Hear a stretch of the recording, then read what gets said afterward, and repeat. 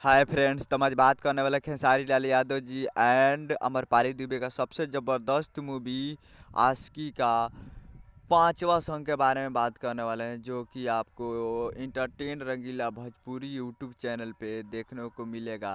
जिस गाने का नाम है तू लड़की 420, जो कि आपको स्क्रीन के ऊपर दिखाई दे रहा होगा। तू लड़की 420 आशिकी मूवी का है और ये रिलीज होने वाला है 10 फरवरी 2022 को सुबह सुबह 6 बजे on entertain Rangila Bhojpuri YouTube channel पे, जिसमें खेसारी लाल यादव जी एंड अमरपाली दुबे काम किए हैं, जो कि बहुत ही ज़बरदस्त होने वाला है। तू लड़की है 420 ये आने वाला entertain Rangila Bhojpuri YouTube channel पे। तो जाइए और entertain Rangila Bhojpuri YouTube channel को सब्सक्राइब कर लीजिए, ताकि जब भी आए नोटिफिकेशन आप तक जल्द से जल्द पहुंचे। और हाँ, हमारे चैनल पर नए हैं तो चैनल को सब्सक्राइब करके बेल आइकन प्रेस कर दीजिए, ताकि जो भी खेसारी लाल यादव के लेटेस्ट न्यूज़ आए हम आप तक पहुँचाते रहें। तो मिलते हैं अगले वीडियो में, तब तक के लिए जय हिंद, जय भोजपुरी।